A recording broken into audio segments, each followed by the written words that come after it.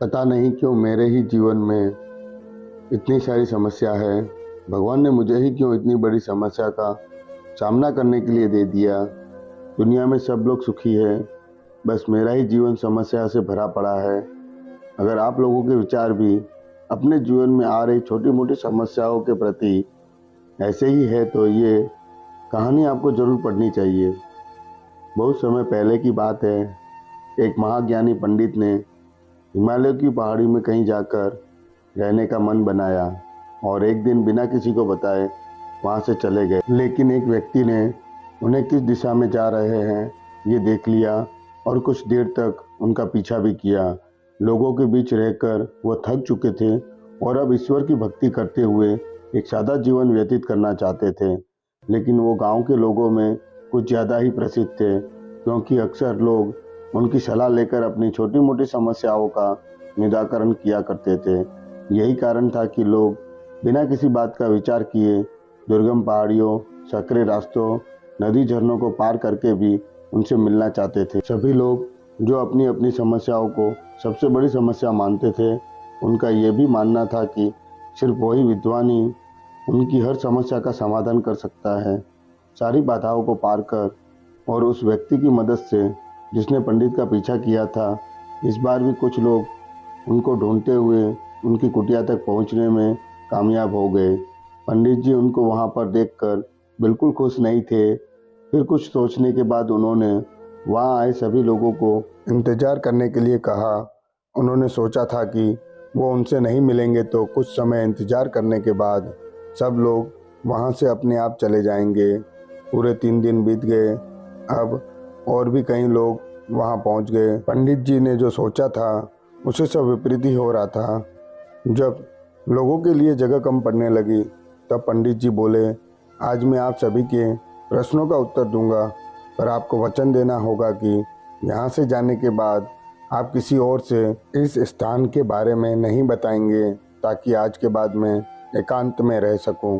पंडित जी ने सभी को संबोधित कर कहा, चलिए अपनी अपनी समस्याएं बताइए। ये सुनते ही किसी ने अपनी परेशानी बतानी शुरू की, लेकिन वो अभी कुछ ही शब्द बोल पाया था कि बीच में किसी और ने अपनी बात कहनी शुरू कर दी। सभी जानते थे कि आज के बाद उन्हें कभी पंडित जी से बात करने का मौका नहीं मिलेगा, इसलिए वे सब जल्दी से जल्दी अपनी बात रखना चाहते थे। कुछ ही देर में वहाँ का दृश्य शोर से भरे किसी बाजार जैसा हो गया और इसलिए विवश होकर पंडित जी को गुस्से से बोलना पड़ा, आप सभी लोगों को शांत रहना चाहिए। सभी बोलेंगे तो किसी की समस्या ना सुनी जाएगी, ना ही उसका समाधान हो पाएगा। एक काम करिए, अपनी अपनी समस्याओं को एक पर्चे पर लिखकर मुझे दे दीजिए। सभी ने अपनी अपनी समस्याएं लिखकर पंडित जी को दे दी। पंडित जी ने सारे पर्चे लिए और उन्हें एक टोकरी में डालकर मिला दिया और बोले, मैं अकेला इतनी सारी समस्या नहीं हल कर सकता, लेकिन मैं आपको एक तरीका बताता हूँ। इस टोकरी को एक दूसरे की तरफ बढ़ाते जाइए। हर व्यक्ति एक पर्ची उठाएगा और उसे पढ़ेगा और उसके बाद उसे निर्णय लेना होगा कि क्या वो अपनी समस्याओं को इस समस्या से बदलना चाहता है। हर व्यक्ति ने एक एक पर्चा उठाया और उसे पढ़ा। उनमें से हर एक उस चिट्ठी को पढ़कर स्वयं सजाता।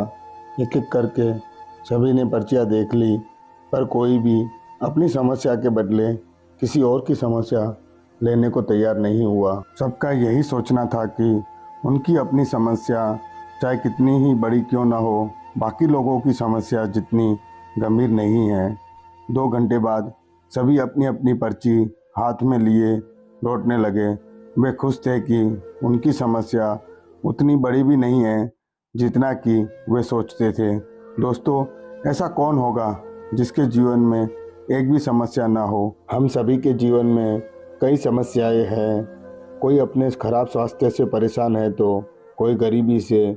हमें इस बात को स्वीकार करना चाहिए कि जीवन है तो छोटी बड़ी समस्या आती ही रहेगी। ऐसे में दुखी होकर उसी के बारे में सोचने से अच्छा है कि हम अपना ध्यान उसके निवारण में लगाएं, और अगर उसका कोई समाधान ही ना हो तो अन्य चीज़ों पर ध्यान केंद्रित करें। हमें लगता है कि सबसे बड़ी समस्या हमारी ही है, लेकिन ऐसा बिल्कुल नहीं है, क्योंकि दुनिया में लोगों को ऐसी ऐसी तकलीफ़ें हैं, समस्या है, जिनके सामने हमारी सभी समस्या ना के बराबर लगती है। दोस्तों, मेरे हिसाब से तो समस्याएं, बाधाएं जीवन में बहुत महत्वपूर्ण भाग निभाती है, क्योंकि जब समस्या आती है तो हम उनके सामने डटकर खड़े होते हैं और उनका समाधान पाने के लिए हम वो सब चीज़ें सीखते हैं जो हमें नहीं पता होती। आपका समस्याओं के बारे में क्या विचार है, हमें कमेंट करके बताइएगा ज़रूर। धन्यवाद।